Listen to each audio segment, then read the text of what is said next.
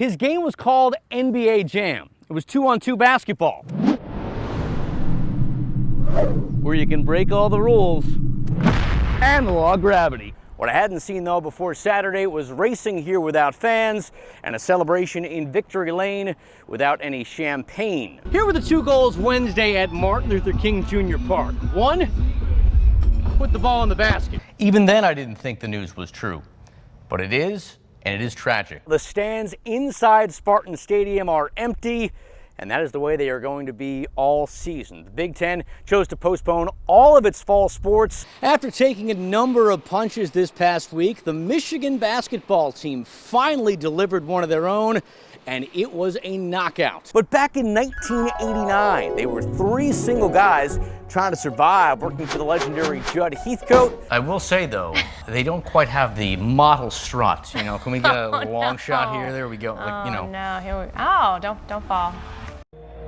We're never alone. It's the multi-million-dollar Nike commercial that had the world buzzing. The first time we saw it just like gives you chills. An ad with the most famous athletes in the world. We have a responsibility to make this world a better place. And some amazing effects. We'll go farther. And then just when the commercial couldn't get any more exciting, one Muskegon family reached the apex of their fame. Just from a basement, foam ball tennis to a Nike commercial.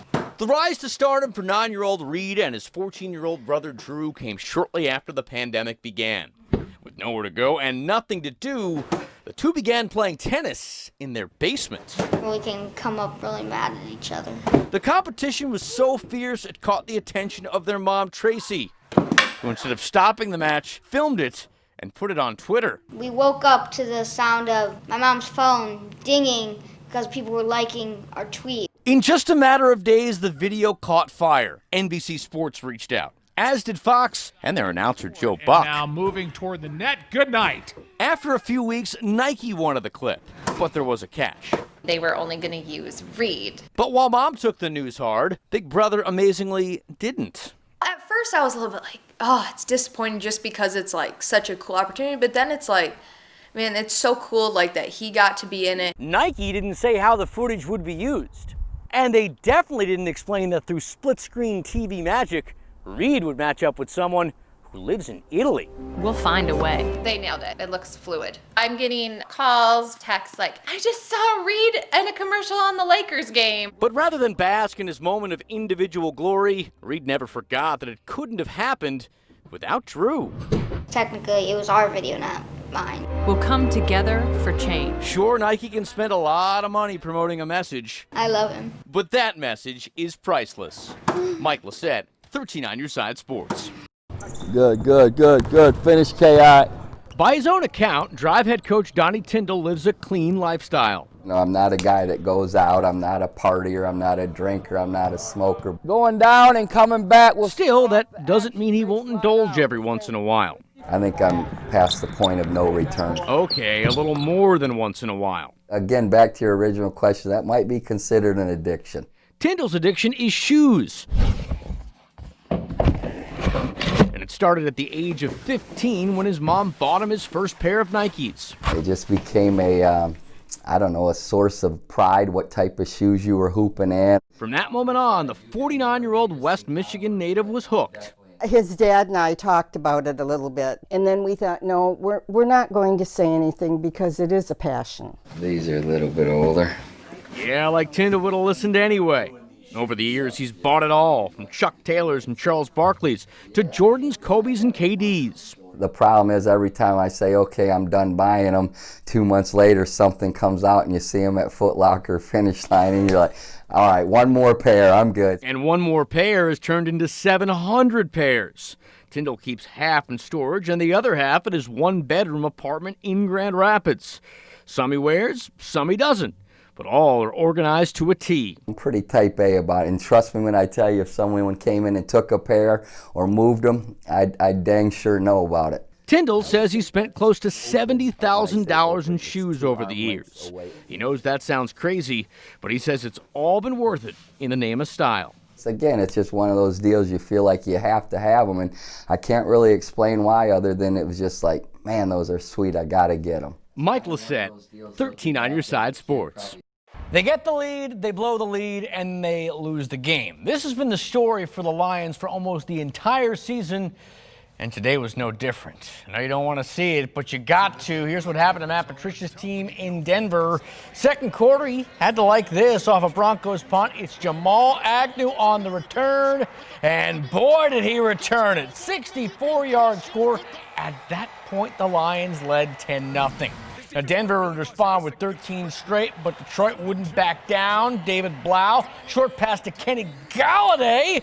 He stretches in there for a 3-yard touchdown. That put the Lions up 17-13 late in the third. But unfortunately for Detroit, it was all Broncos from there. Fourth quarter, Philip Lindsay taking it to the end zone. Lions dropped their 8th straight by the final of 27-17. Detroit has now led in all but 2 of their 15 games and only have 3 wins to show for it. You know, that was really it.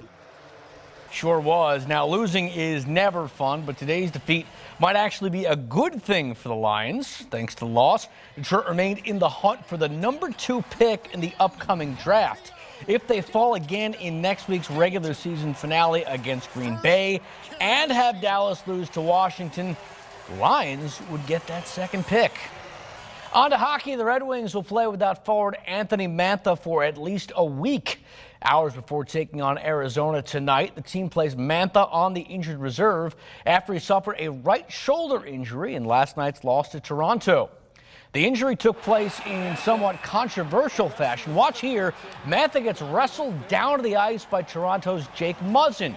Offsetting roughing penalties were called, while Muzzin also received an unsportsmanlike conduct penalty. The league later reviewed the incident and decided no further discipline against Muzzin was needed.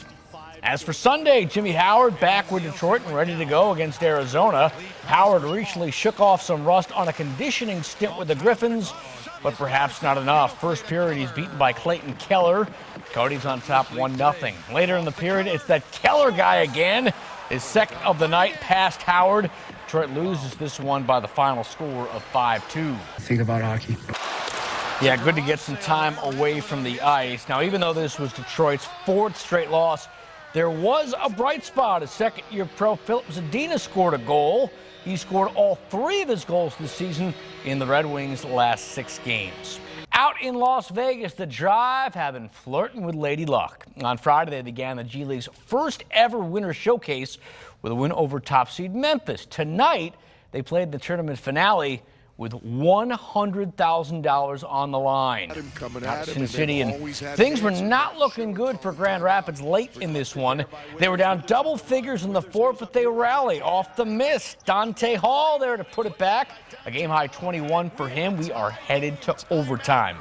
In OT, still tied, or at least it was, until this. Justin Wright Foreman, beautiful floater.